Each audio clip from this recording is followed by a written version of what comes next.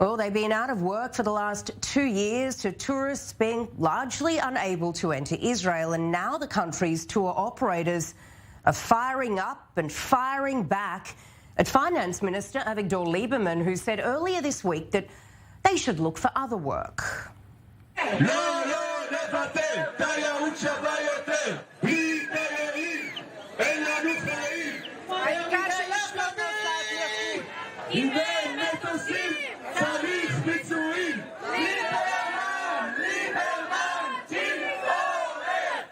Well, Lieberman now changing his tune, saying that he's working with the ministry on a compensation package to help the thousands of people who've been left high and dry, but they say it just simply isn't enough, adding that they're fearing it'll be the exact same situation again next year, with 2021 seeing a drop in tourism numbers from around the usual 4.5 million down to just 270,000 tourists that have entered Israel this year.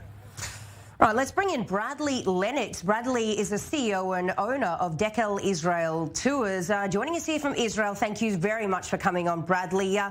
Look, firstly, I want to chat about your reaction there to Lieberman's words. Pretty harsh. He has now apologised, but does it make you feel any better?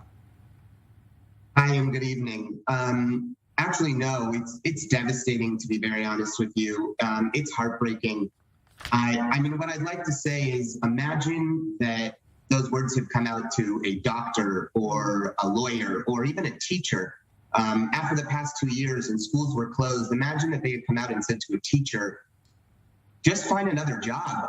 I mean, where would we be? Where would the industry, where would teaching be? Where would schools be? So why does tourism have to fall into a situation where we can't rebuild the industry?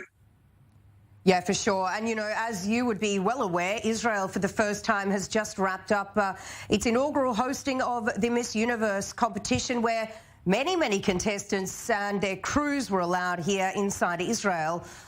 What do you feel about this? Double standards, right?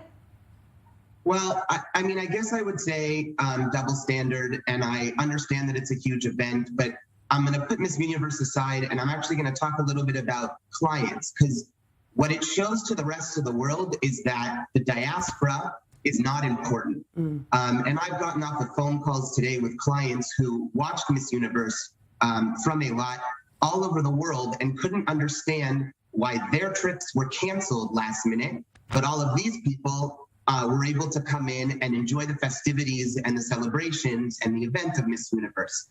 Again, it's devastating for us to have to make these phone calls to our clients and telling them that the government decided last minute that you're not allowed to come.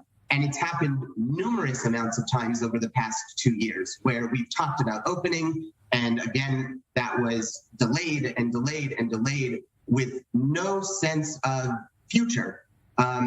And so, again, these clients who have rebooked trips 3, 4, 5 times even, again, are having to now cancel with an indefinite answer. And, you know, Bradley, like we were told, you know, go and get 2 vaccines. You'll be right. You'll be allowed to enjoy your freedoms. You'll be allowed to travel, etc., etc. Seems that is simply not the case. And, you know, I'm not saying this as anything harsh against authorities. They are following what they need to with regards to the pandemic. But I want to know, I'm heading away for my first vacation like many other people in 2 years, you know, getting away a little earlier in case there are closures. What would you advise me to do? What is your advice for people travelling at this time of the year? I mean, I would say right now, don't be scared.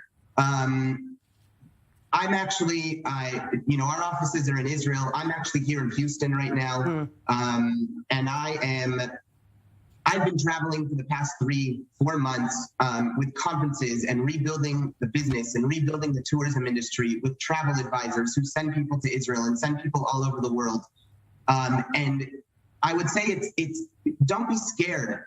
You know, at one point we're going to have to learn, and I would think after 2 years we would have learned already how to live side by side with COVID.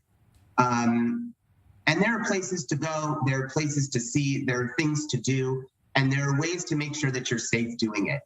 Yeah, you're totally right about that. And Bradley, you know, given that you have been unable to operate as a tour guide or as a, tour operator here in Israel for at least 2 years now, what are your plans for the immediate future? What are you planning on doing? How do you get by? So we just have to keep pushing forward. I say thank God that Deckel Tours has been a successful business, and I have a wonderful staff behind me. And I supported my staff yesterday going out to the demonstration, as you saw or as you had shown. And they were there along with all the tour guides and everybody in the country. And we need to find a way to truly live with this new virus that has impacted our lives in such a difficult way. And I really believe that tourism will come back, and we're seeing it.